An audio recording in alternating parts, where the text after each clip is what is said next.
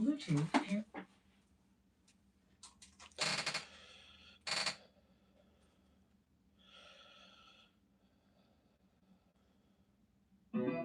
Bluetooth connected.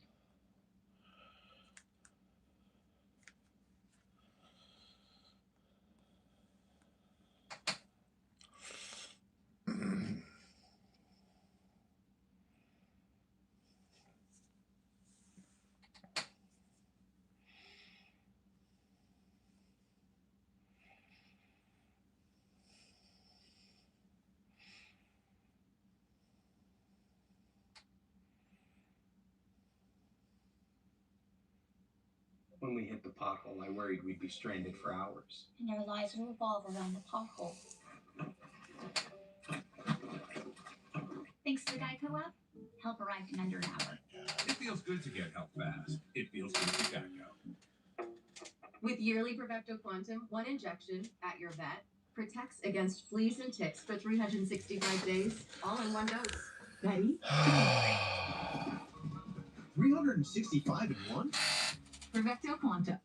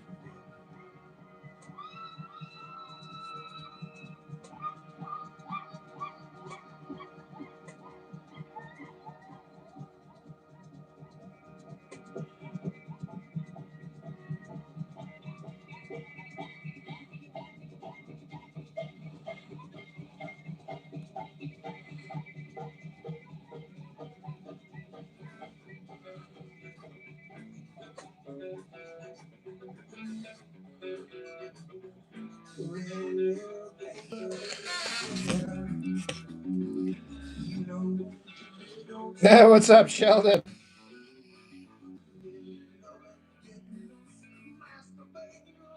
I just got done making the that video, so thank you for giving me the heads up on that. When I get done here, I'll upload it and have it for tomorrow. You have officially affected the channel.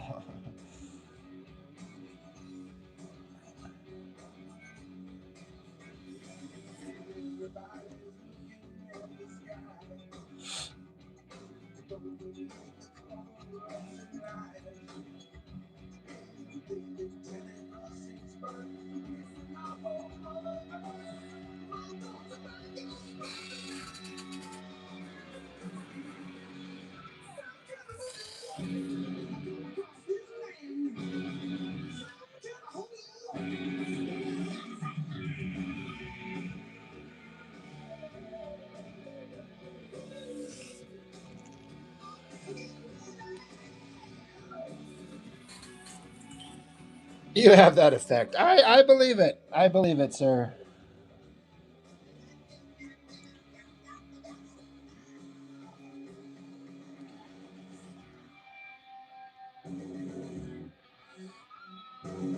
You yourself produce feelings in people they themselves don't understand.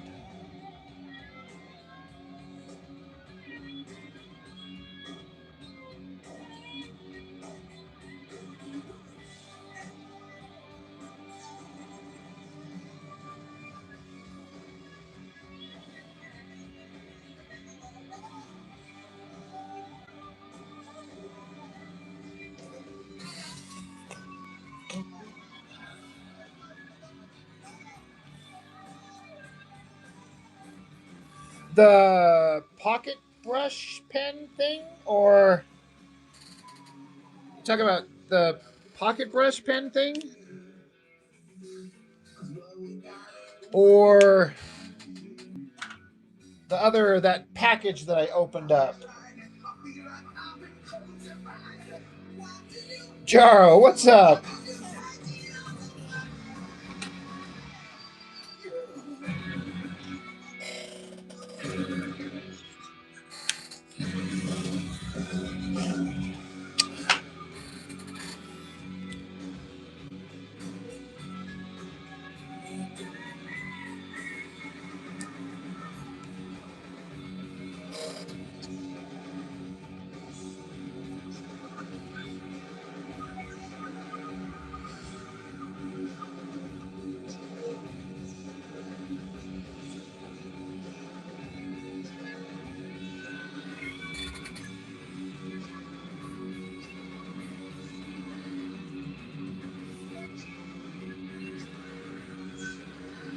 I don't remember a red ring.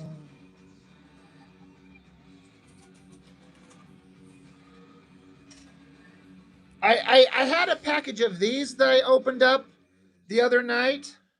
This is obviously still a full one, but I had one of these. This is Pigma. Um,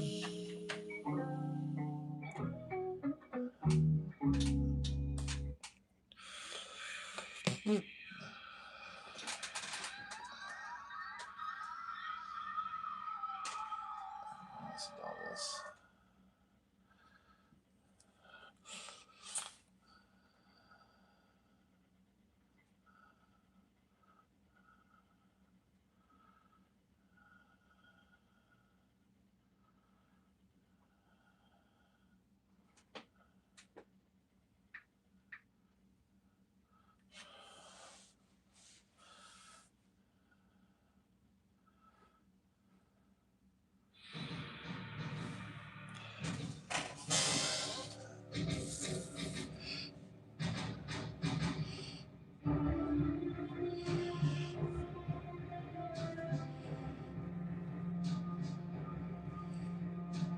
Oh, I know. I'm sorry.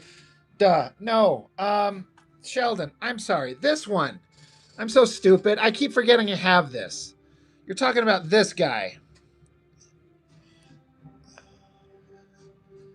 Yeah. I'm sorry.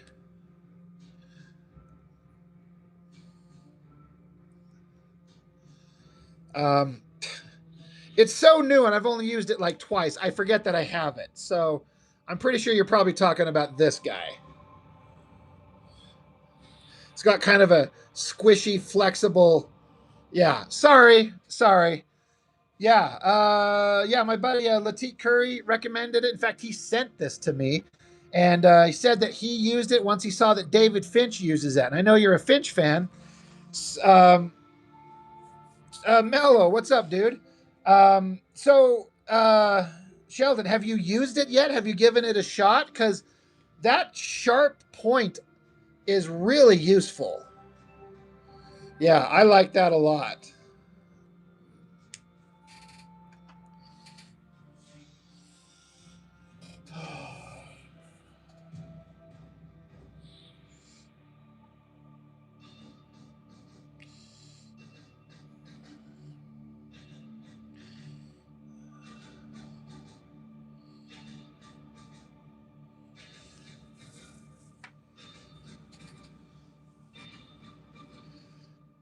For me, like I think any new tool, it's a little uncomfortable in my hand at first, but that sharp point that it gets for the inking is really nice.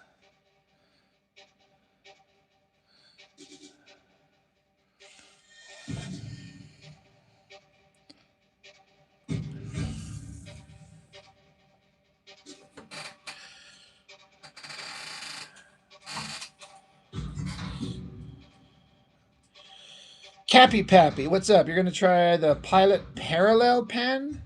I don't think I've ever heard of that.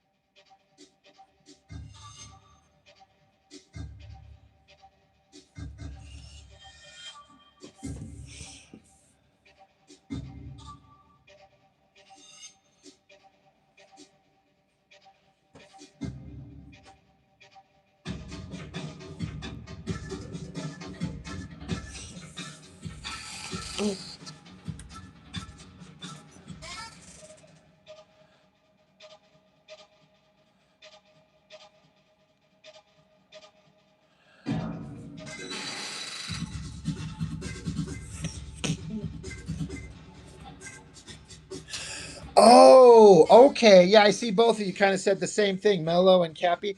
I have seen pens like that. I've seen people sketching and inking with them, and the lines they get out of that with that flat metal tip, you can get thins and thicks. I think it looks incredibly fun to try. Um, yeah. I want to try that. What's it called?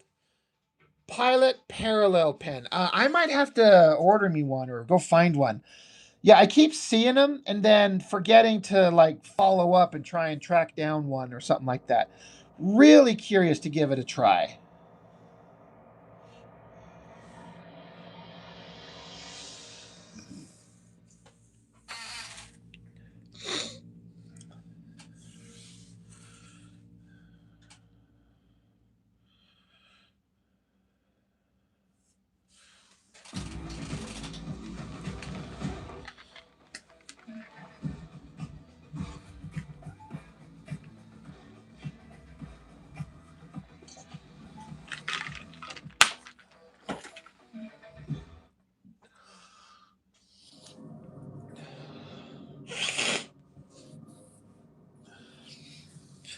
Thank you, Mr. Mello.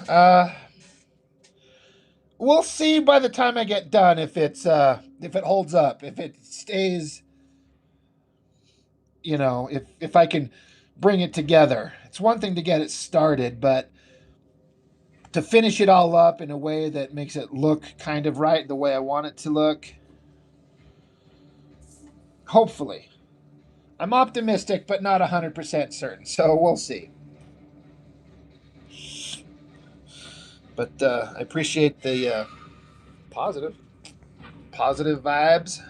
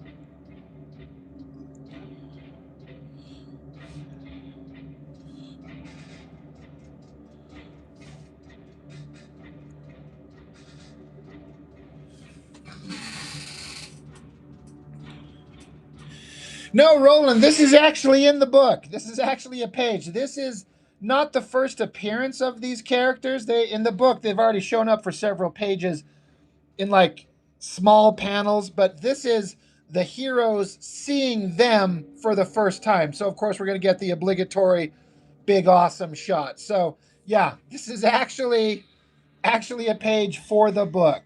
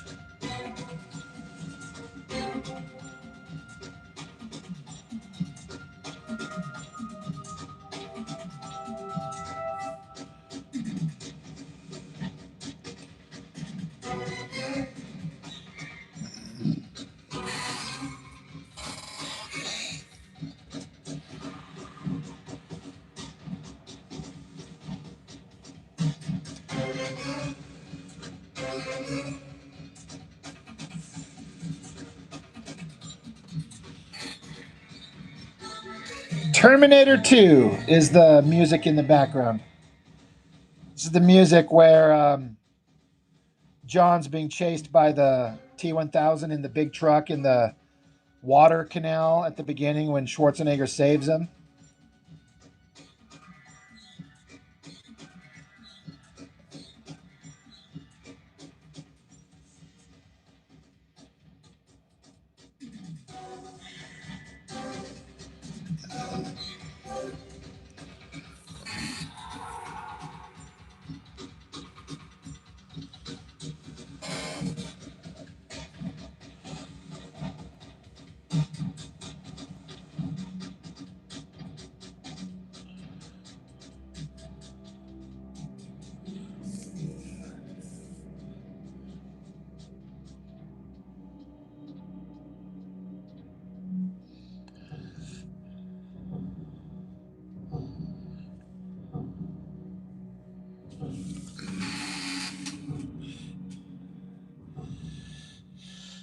funny how you can just keep going back to Terminator 2 and it never gets old. And comparing it to like modern action movies, it's like 3 decades ago and people still can't come up with something that's as compelling. It's like James Cameron comes up with the idea, okay, this T-1000, it's going to chase this kid. He's just going to be on a motorcycle and this liquid metal guy is going to be chasing him in a truck. So it's just a car chase. But the way that he films it, the way that he builds up tension and the drama, it's shocking how, like, it's better than all the multi-million-dollar special effects, CGI explosions and cars and compositing. Like, it's just real stuntmen on trucks and motorcycles doing back and forth maneuvers and coordination. It's like, it's brilliant and it's so engaging. And it's just a car chase.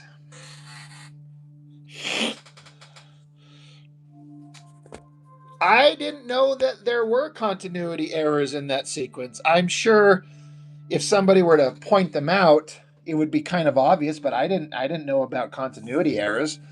So no, I didn't know that.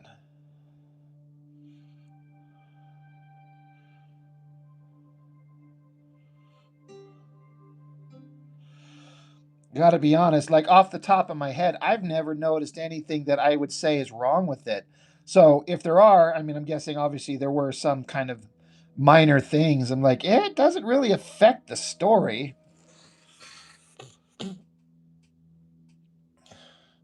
Yeah, the power of tight editing and cinematography over a simple scene. Yeah.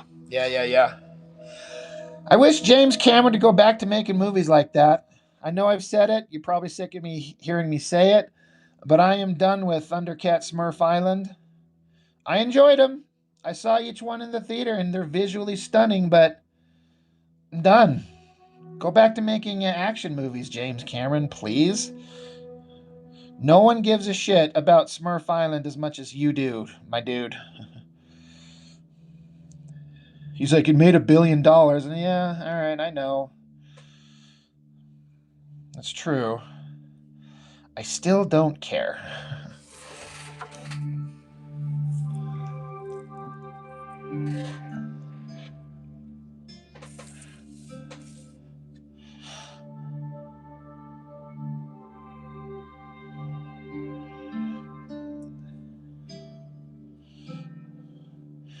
Sheldon, are you trying that brush out? I'm actually using it too. I got to admit, like, I keep forgetting I have it. And so once you reminded me that I have it, I'm like, yeah, I got to use this thing again. I got to get used to it. And I'm liking it the more I use it.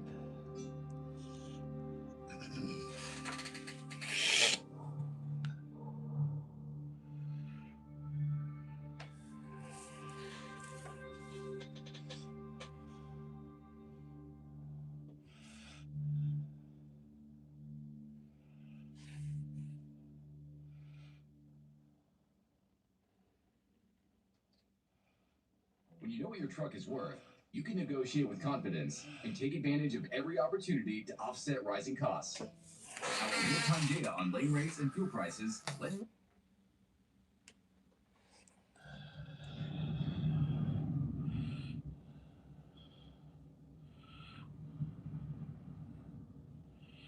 Okay, I got you, Roland. Arnie's double with Arnold's head. I get that.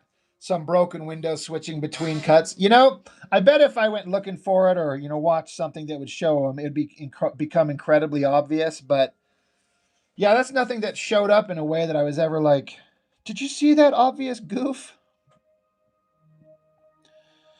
It's kind of like you guys have probably heard how James Cameron was told, I can't remember by who, for Titanic, that when Jack was lying on the deck looking up at the stars, he was looking at the wrong constellation. So when they reissued it, they corrected the night sky to have the correct constellations that he would have been looking up at. Like, does that really matter?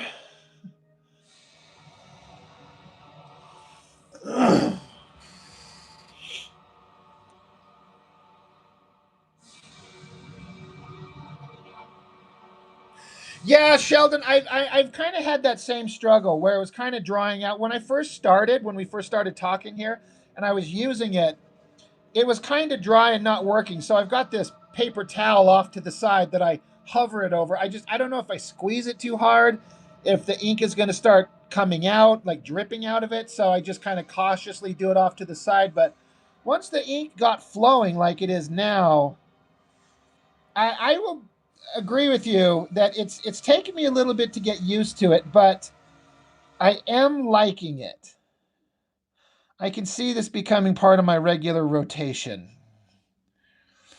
Um, it is working. But yeah, I'm kind of timid too. Like, I don't want to squeeze it too hard. Don't want to break it or something, but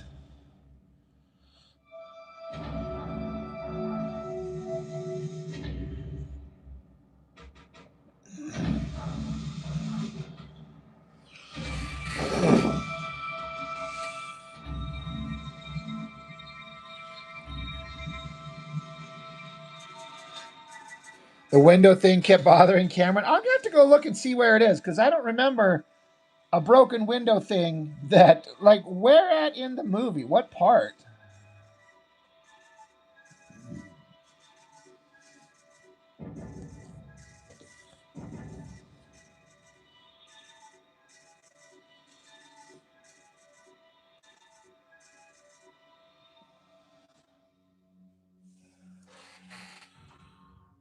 Yeah, Neil deGrasse Tyson. That sounds right. That's what I had in my head, but I wasn't for sure about the Titanic thing. He's like, it's a great movie, but that's not the constellations that Jack would be looking up at. And Cameron's like, really? Well, I'll show you.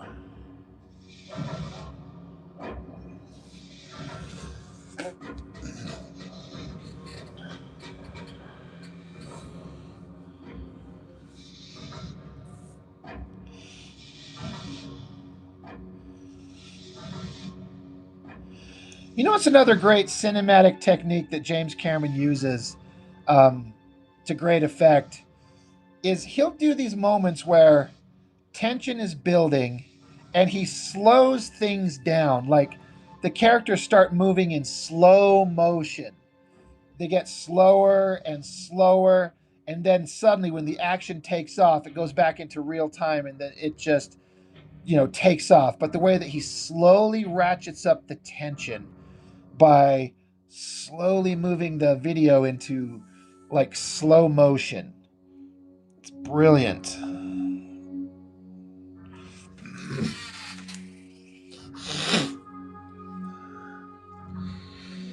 Some of the shots of the semi have the cab without the windshield. Okay. I've watched that movie 1,000 times and never saw it.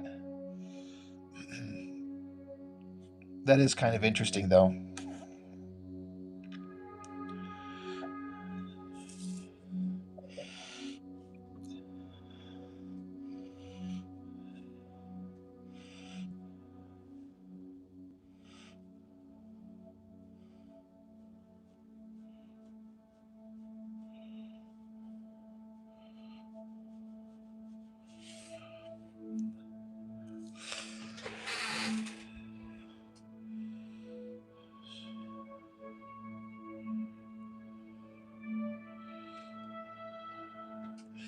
Adam, what's up, my friend?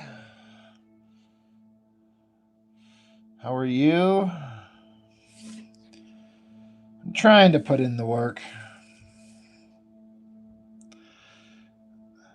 I should be lettering my other book, which is going to start happening real soon. But I want to sit and draw. I don't want to letter. I don't want to do the boring shit.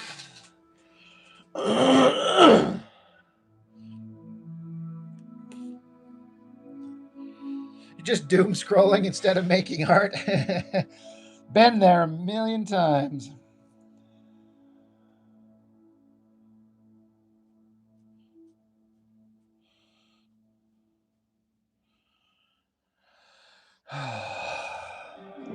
We treat our pets like we treat ourselves.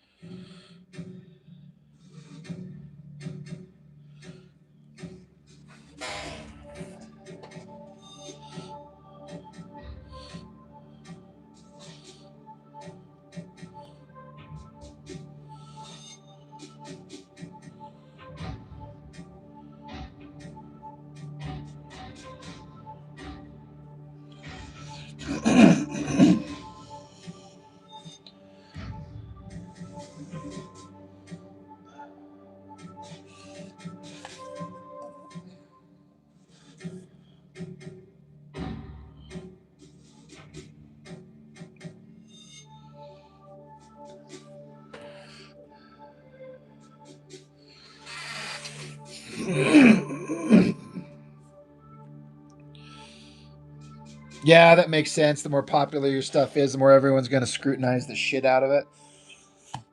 James Cameron's like, fine, fuck all of you. There, it's fixed. Will you shut up? People just find something else to complain about.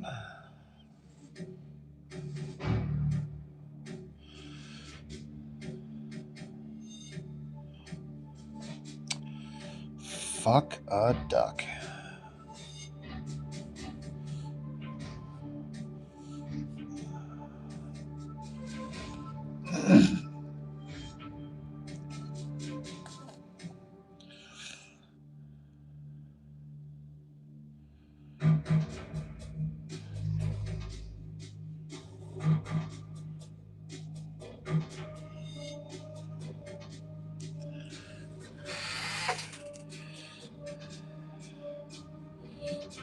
Jerry Gaines, Ginger Bear.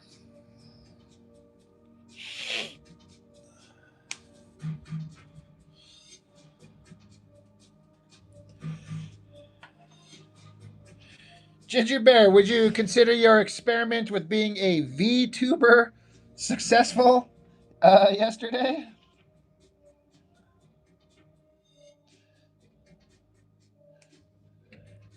Because that was kind of fun to see that thing. That was kind of funny.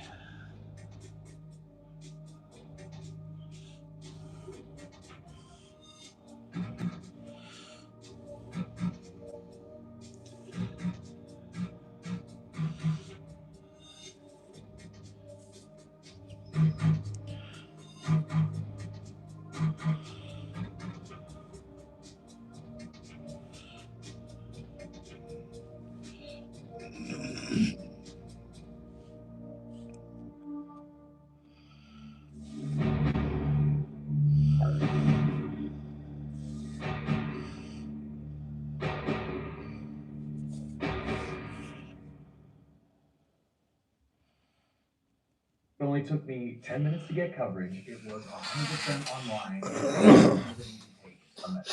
That kid's help cover our living expenses. That could help put my kids through college if something happens. Yeah, man. Ethos.com. It's super easy. The Liefeld lookalike.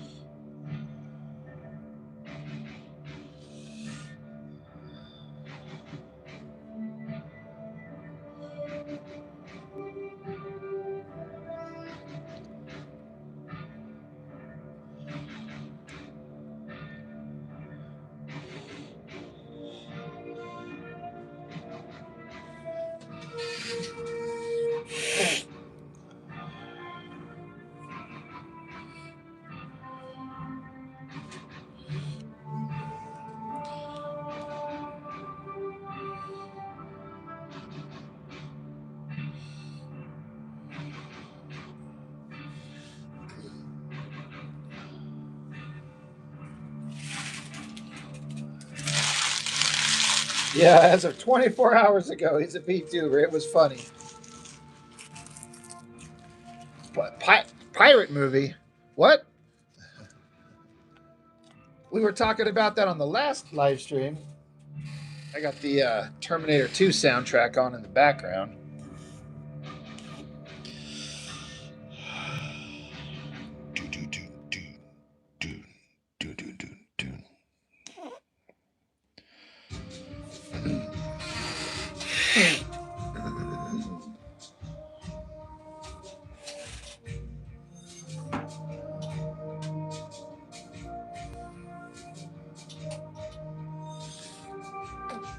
Oh, did he? Did I miss it? Shit. Oh,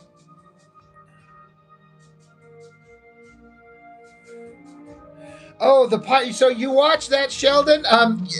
You actually made it all the way through it. Again, I love it because I grew up with it, but I was kind of like reading up on Wikipedia on it last night or whenever it was, and it's like It bombed off its ass. It's considered one of the worst movies ever made, and I wholeheartedly disagree with that. It's I can see why people don't like it, but it's far from the worst movie ever made. Yeah, back in 82 or 83, something like that. It's a parody of the Pirates of Penzance. It's just called The Pirate Movie.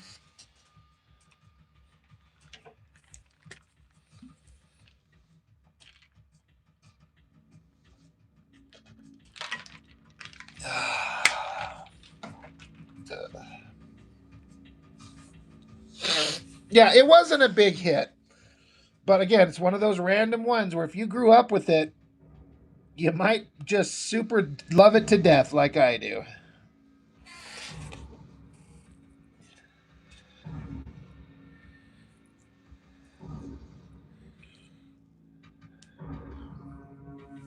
Yeah, I downplayed it so much.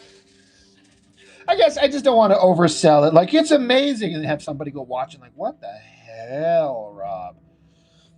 But it's cute. It's a story about love and finding your place and all that shit. And it's got cute songs, and I think there's legitimately funny shit in it that makes me laugh.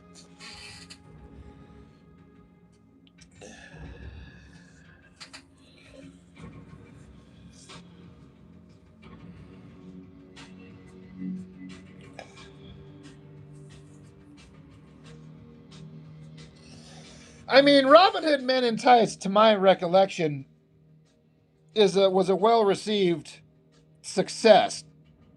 And this movie was terrible.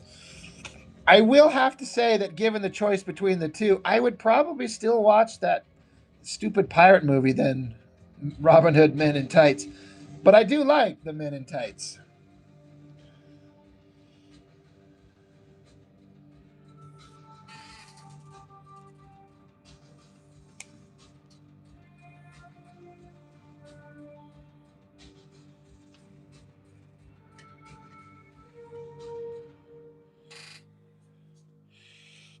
Sheldon, by the time you got to the part where the telescope extended when he saw the chicks at the beach, you knew what you were in for. Yeah. My favorite character is the Pirate King, that Ted Hamilton actor. God damn, I thought he was so funny in that thing.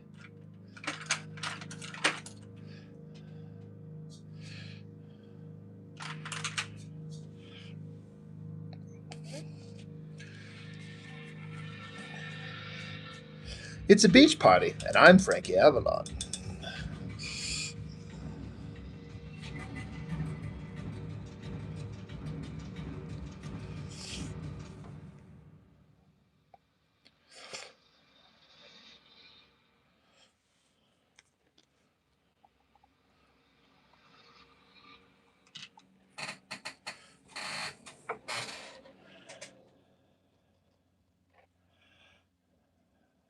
It only took me 10 minutes to get coverage. It was 100% online, and I didn't even need to take a medical exam. That could help cover our living expenses. That could help put my kids through college if something happens to them. Yeah, man. Ecoach.com. It's super easy.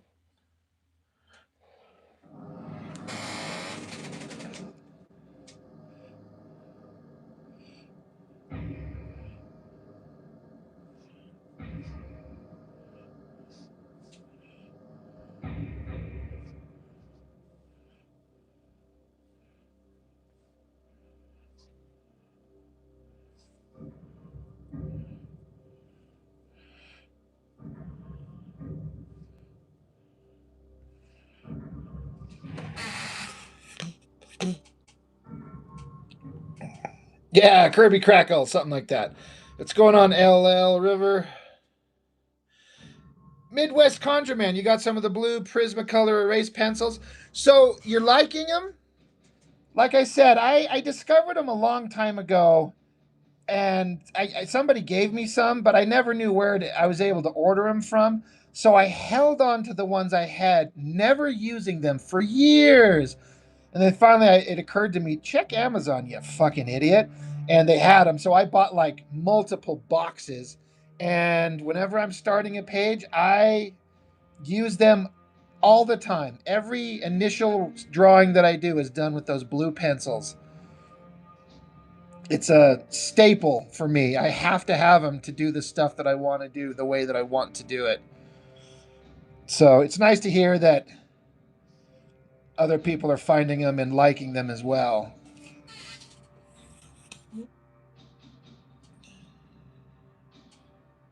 You know, Sheldon, I actually looked him up, and you could correct me. I'm pretty sure I saw that he was born in 37. So I think that would have put him in his 50s in that movie. If I saw right and if I'm remembering right. But he was in pretty damn good shape. Like when he's trying to get the girl and he's flexing for her, he's like 202 push-ups a day. That shit was funny.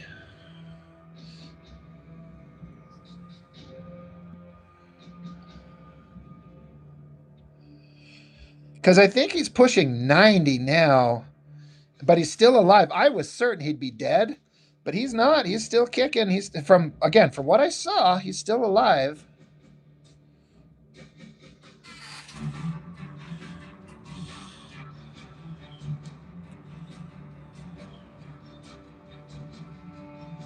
Yeah, Midwest, they don't leave any residue or scars on the paper. It's such a soft lead that glides over the paper. You can erase it. Yeah, it's. I use them all the time. I'm just repeating myself. I know. So yeah, glad to hear that they work for you.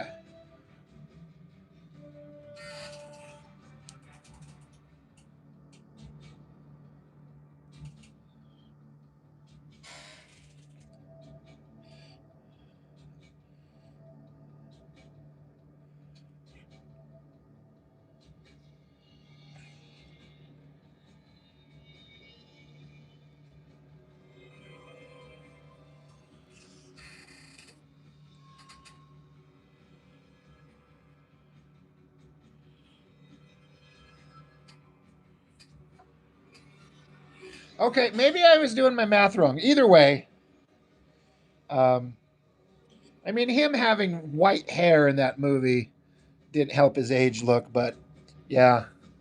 He was kind of the star of the show for me. When I was younger, I didn't think that, but when I get older and you start appreciating things in a different way, you start realizing different actors were kind of like the highlight of the show.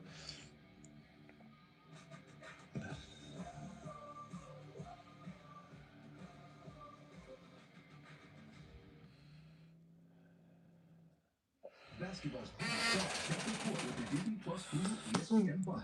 Stream the NBA's most marquee matchups all season, including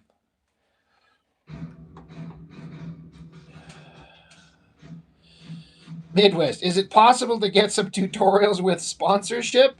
I guess it depends on what you mean exactly. Are you asking me?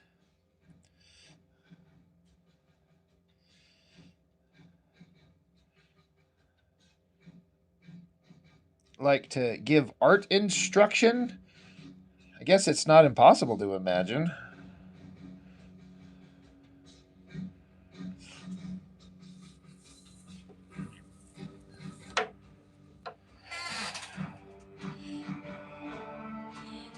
Yeah, so he thought Steve Martin looked 60 for 40 years. Yeah, he never aged.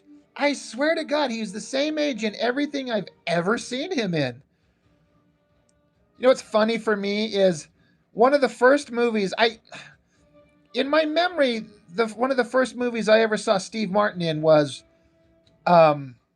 Roxanne, but I feel like I've seen The Three Amigos before that, but having seen Roxanne so many times when I was younger, which is a play on Cyrano de Bergerac, which is that a Shakespeare?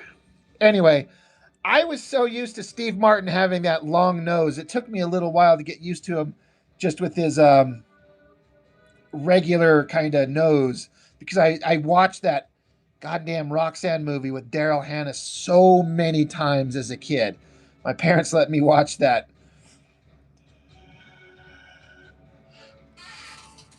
Midwest, I suppose so. I've honestly, it's never come up. No one's ever asked me, so I guess, I mean, we can chat about it.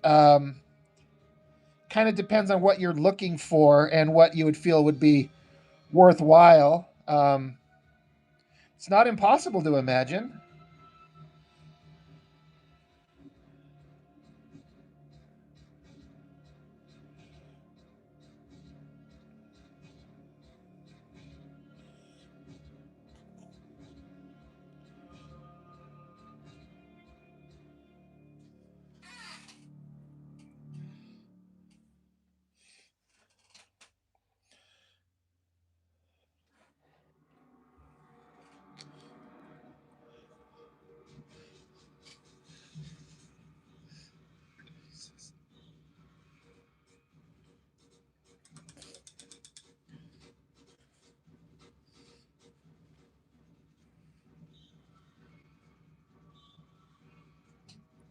The Jerk is one I've never actually seen. I heard people talk about it, but I would watch the Three Amigos and Roxanne over and over and over as a kid, and thought they were so damn funny.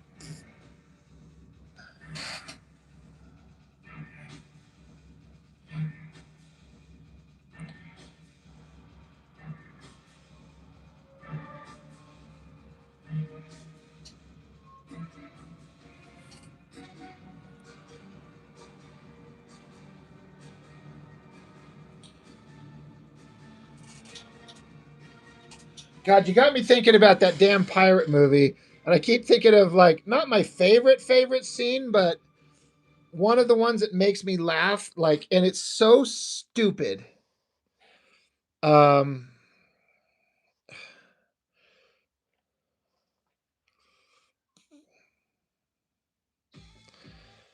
I want to see if I can find it. And you guys will be like, Rob, it's not that funny, but you know what? This shit makes me laugh so hard. Both are smoked slow for up to 13 hours. Let me see.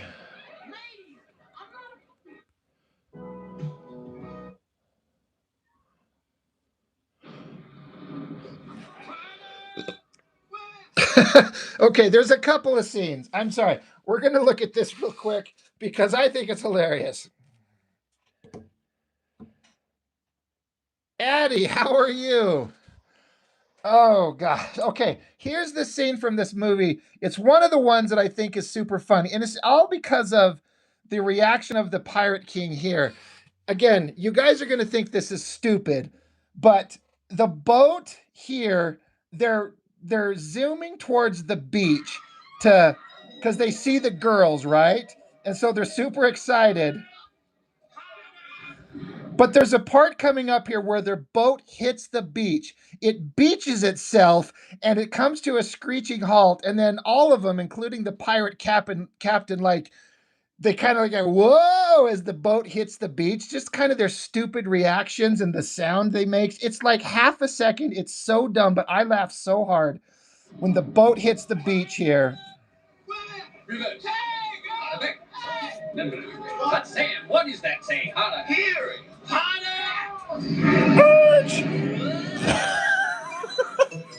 It was that stupid fucking scene. Oh my guys, it's so stupid. I know it's done in the blink of an eye, and I'm over here laughing at it. I'm gonna watch it again.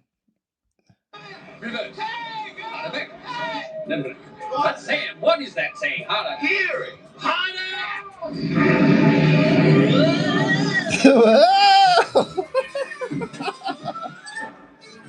Oh. And then this other part. Close to the curve. Yeah. There's this part. Yeah, Addie, you get it. Where the Pirate King here, he like puts his sword in the sand as if to kind of prop himself up, and it just sinks into the sand.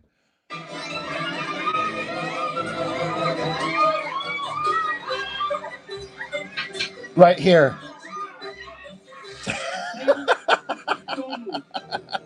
It's so stupid. Oh my gosh. Yeah, pirate, but he has the fake bleach blonde hair. Oh my gosh. I'm telling you guys. And then, but the one I was going to show, oh, what the hell?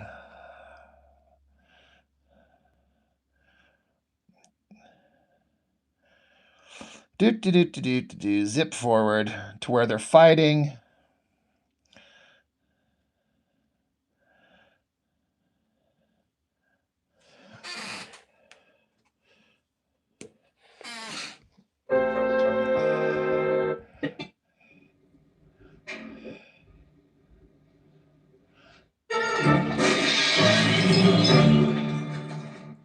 God, there's some part here where the guy tries to come through the broken window. I can't remember.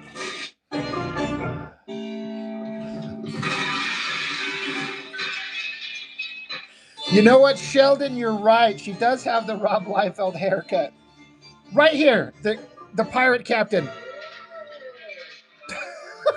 He did that same where the boat hit the beach, and he's trying to he comes out of the window with the broken glass, and he like loses his balance. And he goes, "Whoa!" I laugh so hard at that damn stupid scene every time. Right here.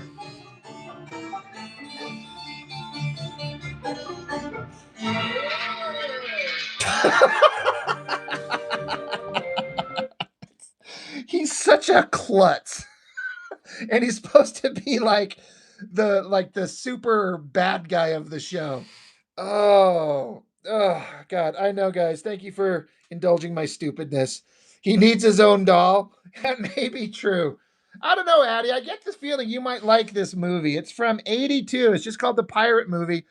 It's just like a parody of the Pirates of Penzance is what it is. And it's just on YouTube for free. Oh, the Oompa Loompa Tan.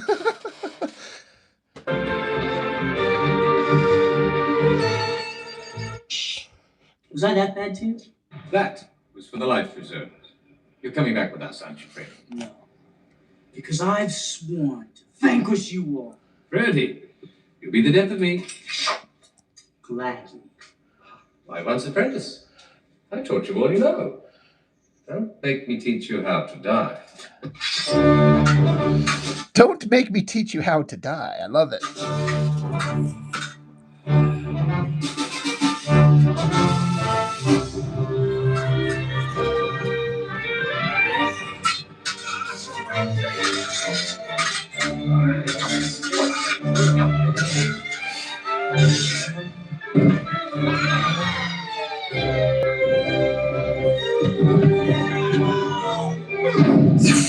And then the part where they go down the stairs here.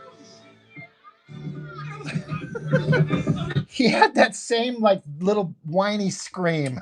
So, all right, I'm done, guys. I'm sorry. I'll be done with that. Gosh. Oh.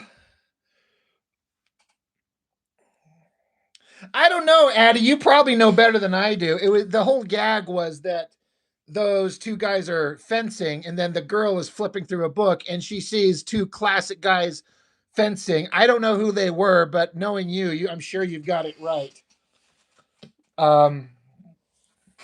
So I can neither confirm nor deny your theory, but you're probably correct. God, I love that stupid movie. It's so do.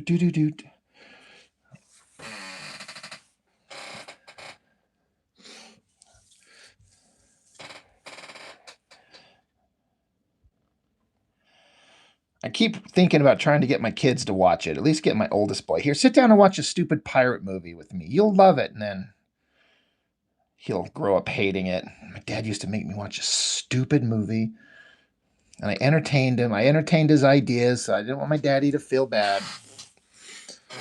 Because he's a good boy like that.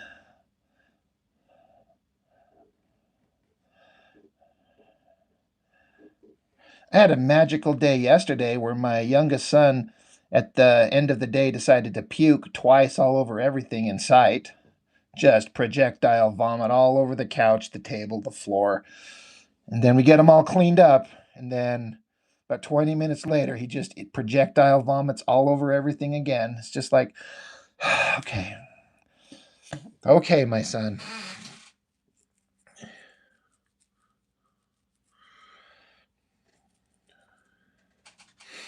Well, yeah, I'm sure you're right, Addie. I don't know who they were, but when you watch it, I'm sure you'll get to see and be for sure.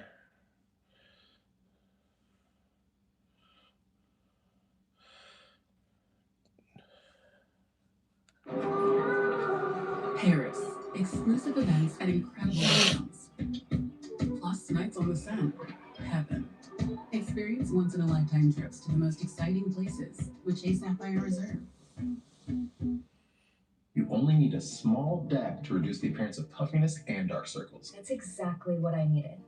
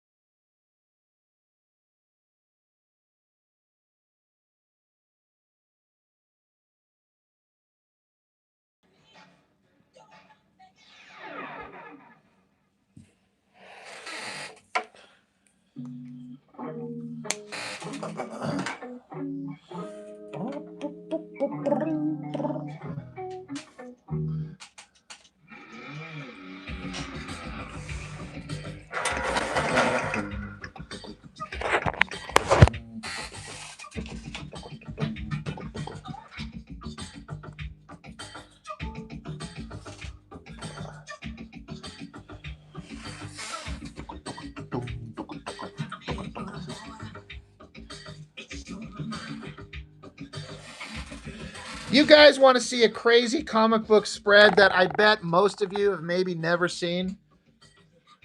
How many of you have seen this book? Heaven's Ladder from, it's 2000, so it's 26 years old. Does this look familiar to anybody? It's Brian Hitch on art.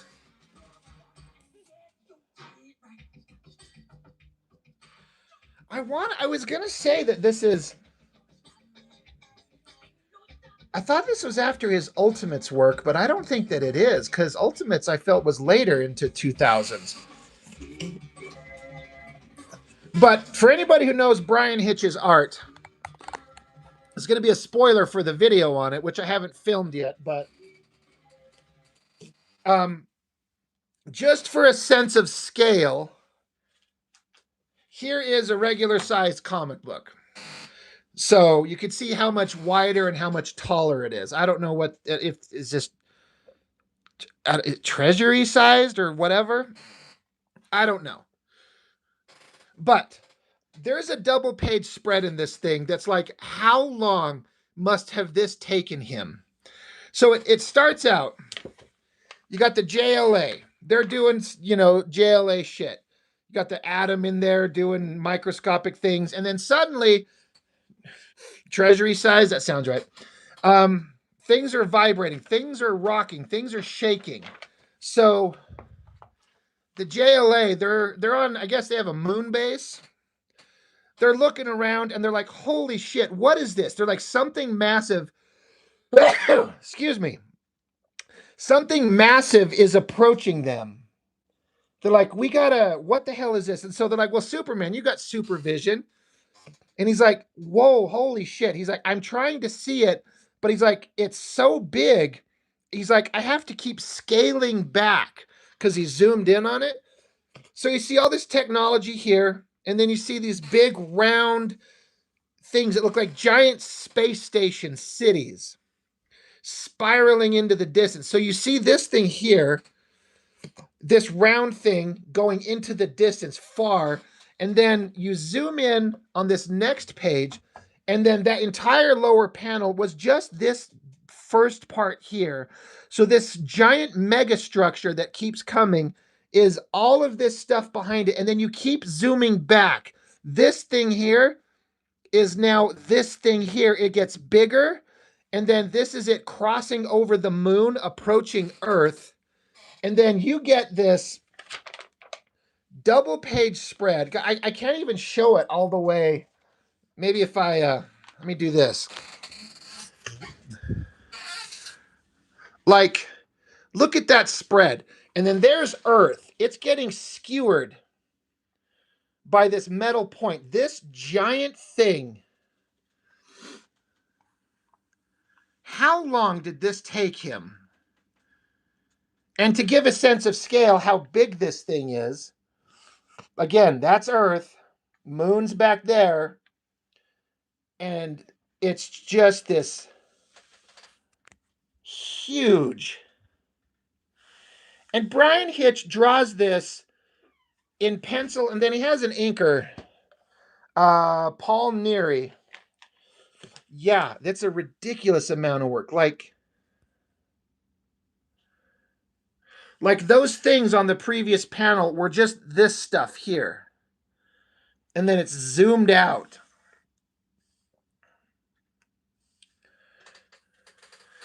That is one hell of a double page spread. It's like, I got to get so far back to show it. Yeah, it's crazy.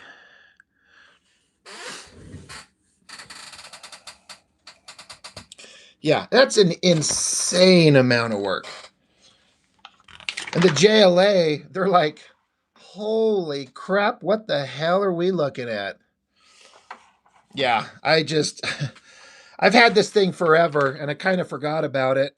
And I completely forgot what the story was. But I'm like, well, I need to show this on the channel.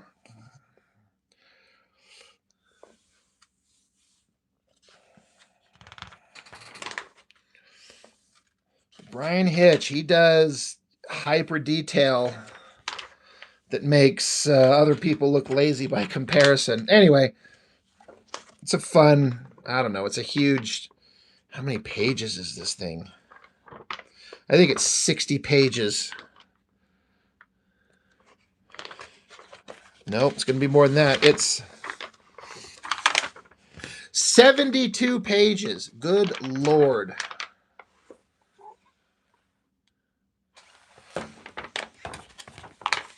Anyway, yeah, that's a hell of a thing. That was a hell of a thing. Okay, God, it's 9:30. I don't want to, but I gotta call it a night. I would have been drawing longer, but somebody sent me a distraction which forced me to make a video before I got on, and it's about half hour long, so I had to do a little bit of saving information and prep and blah, blah, blah. So I don't want to point fingers at Sheldon, but we will.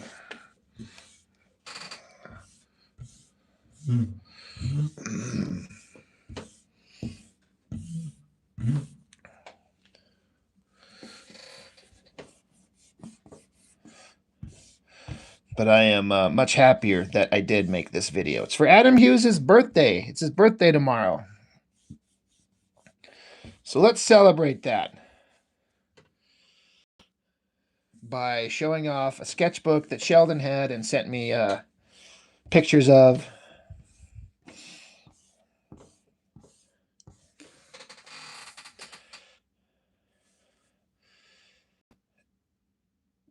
Thaddeus Jamie, I hope I said that right. Happy May the 4th. Same to you.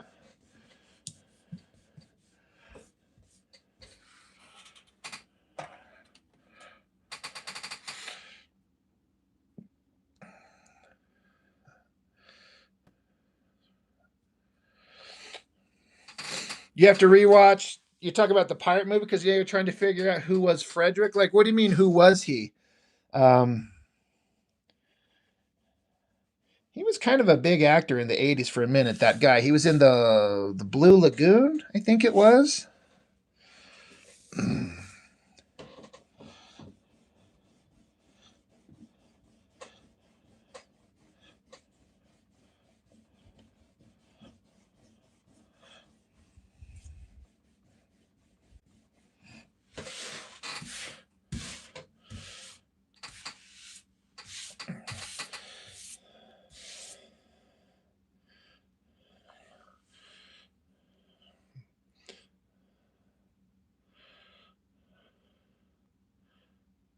Oh, so today is Jaime.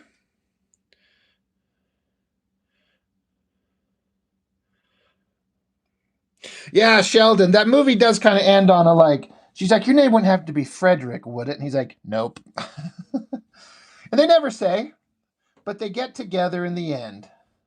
Give me a happy ending every time.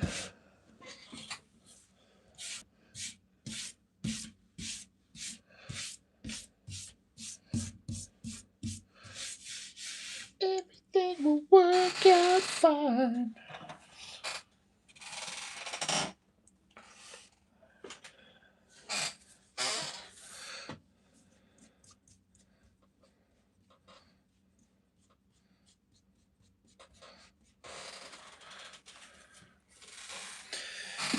Any advice for aspiring artists? Rob gives the best advice. I don't know about that.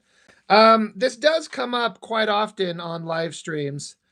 And that's, as I've said, anyone who's been with my channel for a while, like Sheldon's heard this, probably multiple times. I mean, if you're an aspiring comic artist, there's a couple of things. The most basic advice that I can give is that you just have to just draw all the time just to get better. I know that sounds like, well, duh, no kidding. But I've seen so many people like worry about, well, I'm going to make some characters and I have to do some lore building and I have to do this. And I'm like, just draw. learn to draw, learn to do backgrounds, figures. And the only way you're going to get better is if you're just constantly drawing and understand that you're not going to be as good as you wish you were to start, and probably for a long time, and probably ever will you be as good as you wish you were. But just keep working at it. That's the element that separates the people who talk about wanting to make a comic and those who actually make it.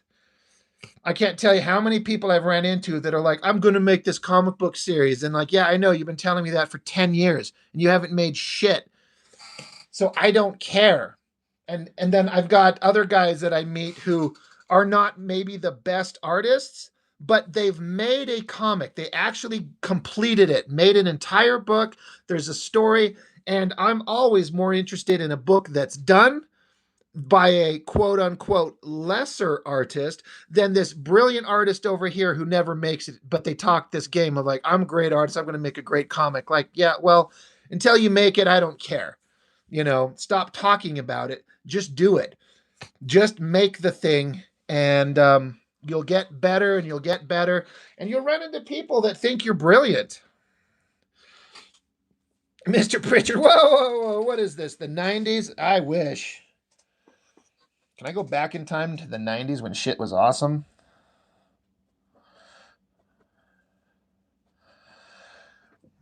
And other advice I'd give for aspiring comic artists, be realistic.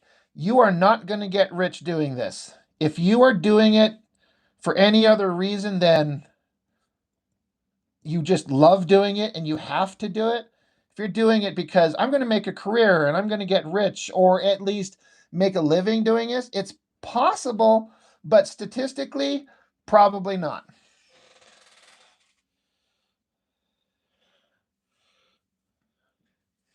So today is, yeah, if you're still there, you have to do it because you love it.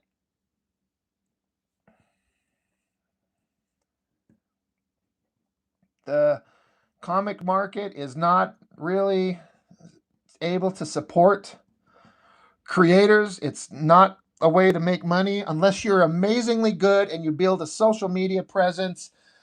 It's possible, it can be done, but you better just do it because you love it.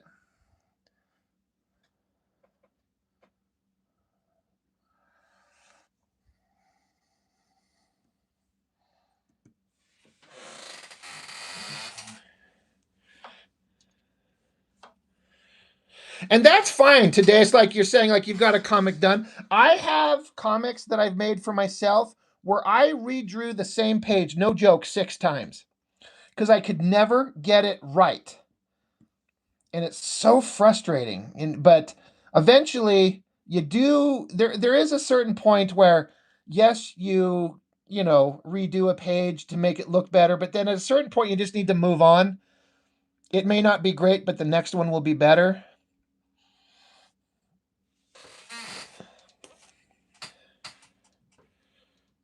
Yeah, be amazingly good while drawing furries. Boom, millionaire. Mr. Pritchard is not wrong there. That is legit advice. Can't deny that one. That's hilarious.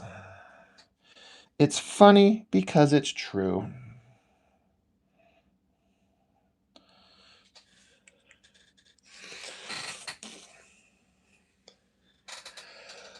But yeah, and then if you get surrounded by other people who make comics, they'll back you up and they'll support you. You could join our Discord. We've got a Discord where people share their art and give advice and collaborations and all kinds of cool stuff. That one's always fun.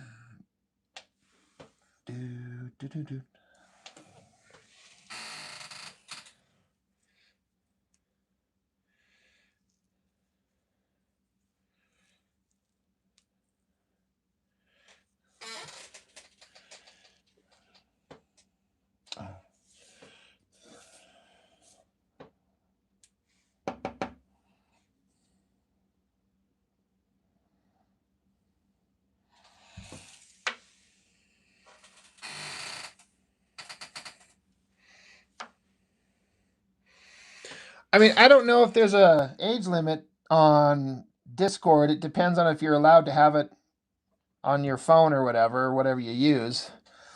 There's good people over there. I don't think there's any reason somebody younger couldn't.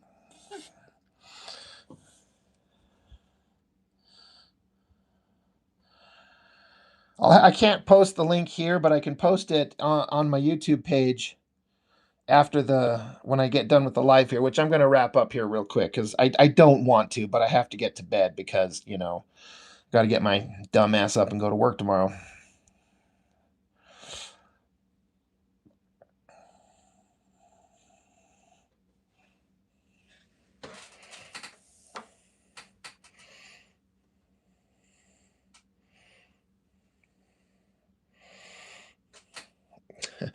Thundercats versus Battle Beast. That would be awesome, and the Thundercats would lose so fast to Battle Beast.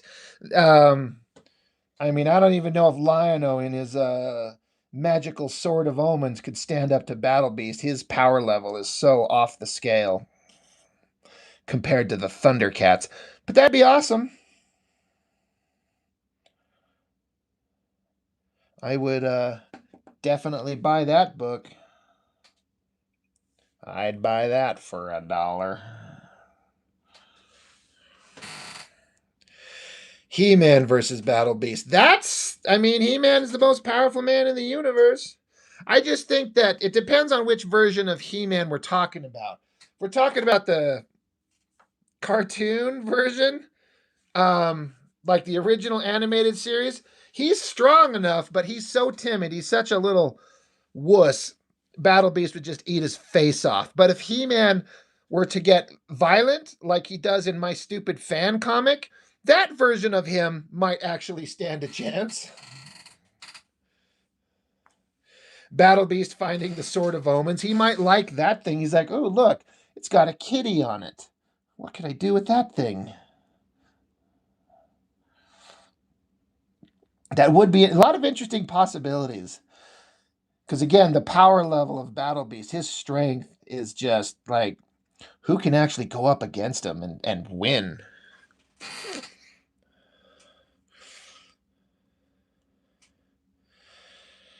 How about Transformers Beast Wars version? I think the Beast Wars Transformers are going to die a quick death against Battle Beast on that one.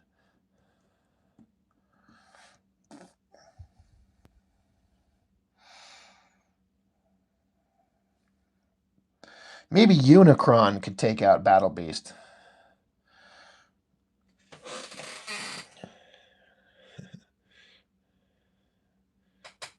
Makes you want to draw a He-Man piece where Battle Beast is in Beastman attire. That would be fun.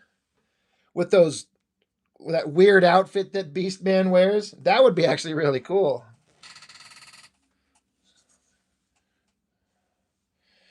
Corey Sims, what's up?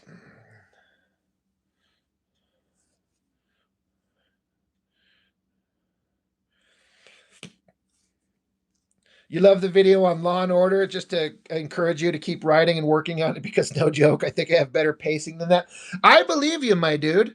It was pretty unbelievably bad. Yeah, that was rough. It's like this story's all over the place. It doesn't make any sense. Good Lord. Okay, I really, really got to shut it down. So I'm going to call it a night, guys. So appreciate it. Again, Sheldon, thank you for the heads up and the material needed to make tomorrow's video. I appreciate it very, very much. But yeah, appreciate y'all stopping by as always. I'll most certainly be on tomorrow night because I got a couple of videos in line, so I don't need to make one tomorrow. So we'll be good. So I will catch you guys tomorrow probably for anybody who's around. And that's it. Later.